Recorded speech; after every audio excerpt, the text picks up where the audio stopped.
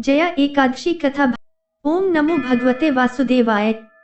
हे श्रोताओं, माघ मास के शुक्ल पक्ष की जया एकादशी वह दिव्य तिथि है जिसे शास्त्रों में अत्यंत पुण्यदायी, पाप विनाशक और मोक्ष प्रदान करने वाली कहा गया है।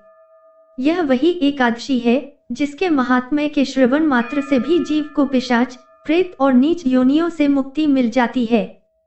जो मनुष्य श्रद्धा, संयम और भक्ति के साथ इस व्रत को करता है, उसके जीवन से अज्ञान, वासनाएं और दुख स्वतः दूर होने लगते हैं। पौराणिक काल में जब धर्मराज युधिष्ठिर ने भगवान श्री कृष्ण से माघ मास के शुक्ल पक्ष की एकादशी के विषय में जिज्ञासा प्रकट की, तब श्री कृष्ण ने अत्यंत करुणा और गंभीर स्वर में जया एकादशी की यह अद्भुत कथा सुनाई, जो आज भी जीव को सावधान, संयमी और भक्त बनने की प्रेरणा देती है। स्वर्ग सभा का वैभव और मर्यादा। भगवान श्री कृष्ण ने कहा कि प्राचीन काल में स्वर्ग लोक अपनी संपूर्ण दिव्यता और ऐश्वर्य से परिपूर्ण था। देवराज इंद्र की सभा में निरंतर गंधर्वों का मधुर गायन, अप्सराओं का मनोहारी नृत्य और देवताओं की उपस्थिति से वातावरण आनंद और उल्लास से भरा रहता था। यह सभा केवल मनोरंजन का स्थान नहीं थी, बल्कि मर्यादा, अनुशासन और कर्तव्य का भी केंद्र थी। इसी स्वर्ग सभा में एक दिन पुष्पवती नामक अत्यंत सुंदर अप्सरा और माल्यवान नामक मधुर कंठ वाले गंधर्व उपस्थित थे। पुष्पवती अपने सौंदर्य, कोमलता और नृत्य कला के लिए प्रसिद्ध थी, जबकि माल्यवान का गायन स्वर्ग में भी अनुपम माना जाता था। जब दोनों ने एक साथ प्रस्तुति आरंभ की, तो प्रारंभ में उनका गायन और नृत्य पूर्णतः मर्यादित और शास्त्र सम्मत था। मोह का प्रवेश और मर्यादा का पतन। किंतु समय के साथ पुष्पवती का मन अपने कर्तव्य से हटकर माल्यवान के सौंदर्य और स्वर माधुर्य में उलझने लगा। वह नृत्य के दौरान अनुचित चेष्टाएं करने लगी, जिससे उसका ध्यान कला से अधिक आकर्षण की ओर चला गया। माल्यवान भी इस मोह से अछूता न रह सका। वह अपने गायन की मर्यादा भूल बैठा और उसका स्वर ताल से भटकने लगा। इस प्रकार दोनों का मन अपने कर्तव्य से हटकर वासना और आकर्षण में उलझ गया। स्वर्ग सभा, जो देव मर्यादा का प्रतीक थी, वहां यह विचलन अत्यंत गंभीर अपराध माना गया। देवराज इंद्र ने जब यह दृश्य देखा, तो उन्हें गहरा आघात पहुंचा। वे समझ गए कि यदि स्वर्ग में भी काम, मोह और वासना का ऐसा अतिक्रमण होने लगे, तो संपूर्ण लोक व्यवस्था डगमगा सकती है। इंद्र का श्राप। क्रोध में आकर देवराज इंद्र ने पुष्पवती और माल्यवान को कठोर शब्दों में चेतावनी दी और कहा कि कर्तव्य से विमुख होकर कामवासना में लिप्त होना देवपद के लिए अयोग्य बनाता है। तत्पश्चात उन्होंने दोनों को श्राप दिया कि वे स्वर्ग से च्युत होकर मृत्युलोक में अधम पिशाच योनि को प्राप्त हों और पति पत्नी के रूप में घोर कष्ट भोगें। इंद्र का यह श्राप केवल दंड नहीं था, बल्कि चेतावनी थी कि जो भी अपने पद, कर्तव्य और मर्यादा को भूलकर वासना में डूब जाता है, उसे अंततः पतन का सामना करना पड़ता है। पिशाच योनि का भयावह जीवन। इंद्र के श्राप से पुष्पवती और माल्यवान तत्काल स्वर्ग से गिरकर हिमालय की दुर्गम और निर्जन पर्वत श्रृंखलाओं में जा पहुंचे। वहां वे पिशाच योनि में उत्पन्न हुए। उस योनि का जीवन अत्यंत भयावह और पीड़ादायक था। न उन्हें भोजन मिलता था, न शांति की नींद। भीषण ठंड, तीव्र भूख और असहनीय प्यास उनके जीवन का स्थायी साथी बन गई। उनके शरीर विकृत थे, मन भय और ग्लानि से भरा रहता था। वे दिन रात अपने पूर्व जन्म के सुखों को स्मरण कर विलाप करते और अपने किए पर पछताते रहते। धीरे धीरे उन्हें यह बोध होने लगा कि उनका यह पतन उनके अपने कर्मों का फल है। अब उनके भीतर अहंकार नहीं, बल्कि पश्चाताप और विवेक जागृत होने लगा। वे मन ही मन भगवान विष्णु का स्मरण करने लगे, यद्यपि उन्हें पूजा, व्रत या शास्त्र का कोई ज्ञान नहीं था। जया एकादशी का दिव्य संयोग। इसी अवस्था में समय बीतता गया और संयोगवश माघ मास के शुक्ल पक्ष की एकादशी तिथि आ पहुंची। उस दिन उनके पास न भोजन था, न कोई साधन। भूख और कष्ट के कारण वे कुछ खा भी नहीं सके। दिन भर वे हिमालय की ठंडी हवाओं में पीपल के एक वृक्ष के नीचे बैठे रहे। रात्रि होने पर भी उनकी पीड़ा कम नहीं हुई। अत्यधिक ठंड, भय और पीड़ा के कारण उन्हें नींद नहीं आई। इस प्रकार अनजाने में ही उनका उपवास और जागरण दोनों पूर्ण हो गए। न उन्होंने कोई पाप कर्म किया, न हिंसा, न चोरी और न ही किसी जीव को कष्ट पहुंचाया। यह वह क्षण था जहां ईश्वर की करुणा ने कर्म के द्वार खोल दिए। अनजाने में किया गया व्रत। भगवान श्री कृष्ण युधिष्ठिर से कहते हैं कि यद्यपि पुष्पवती और माल्यवान ने जानबूझकर व्रत नहीं रखा था, फिर भी उनका उपवास, जागरण, संयम और पश्चाताप पूर्ण रूप से जया एकादशी के नियमों के अनुरूप था। एकादशी केवल अन्न त्याग का नाम नहीं है, बल्कि वह इंद्रियों के संयम, पाप त्याग और ईश्वर स्मरण का व्रत है। उस दिन उन दोनों ने इन सब का पालन अनजाने में कर लिया था। द्वादशी का प्रभात और मोक्ष का संकेत।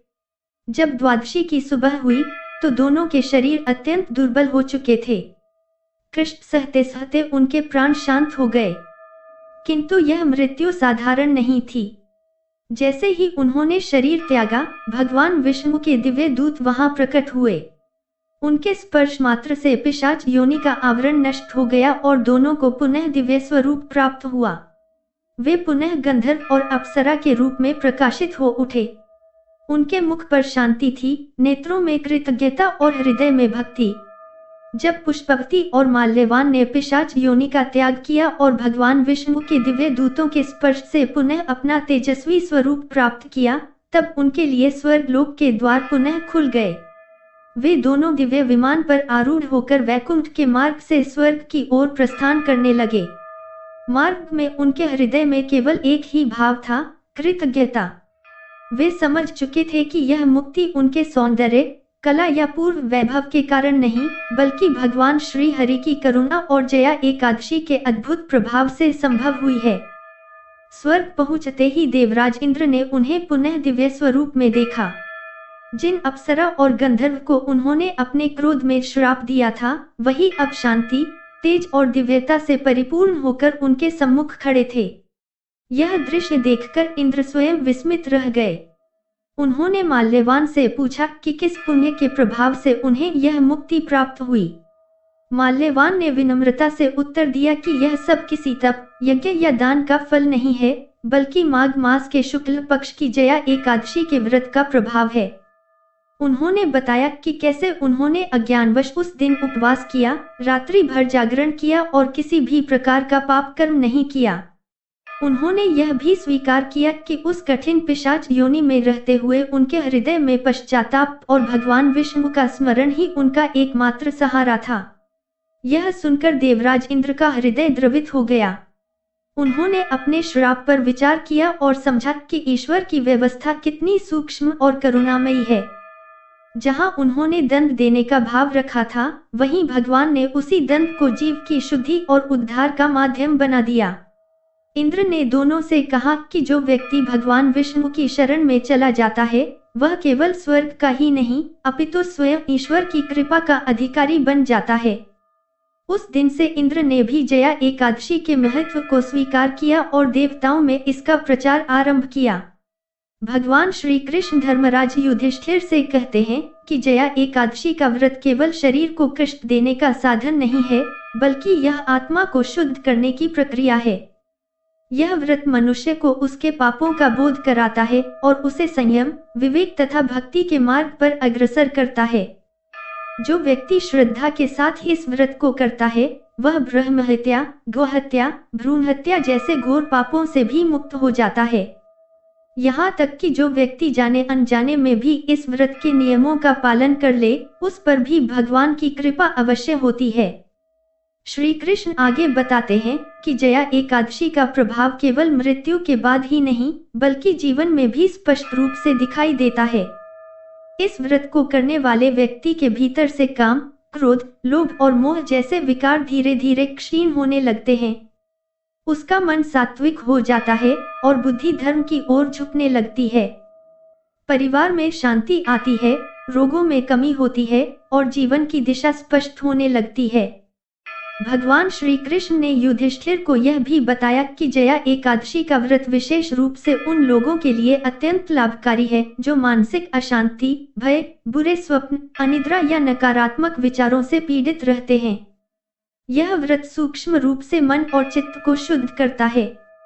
जिस प्रकार दीपक अंधकार को दूर करता है, उसी प्रकार यह व्रत अज्ञान और पाप के अंधकार को नष्ट कर देता है।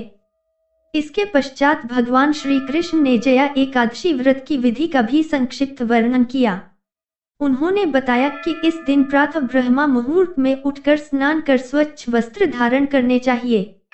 भगवान विष्णु का ध्यान करते हुए संकल्प लेना चाहिए कि आज मैं अपनी इंद्रियों पर संयम रखूंगा और अन्न का त्याग करूंगा।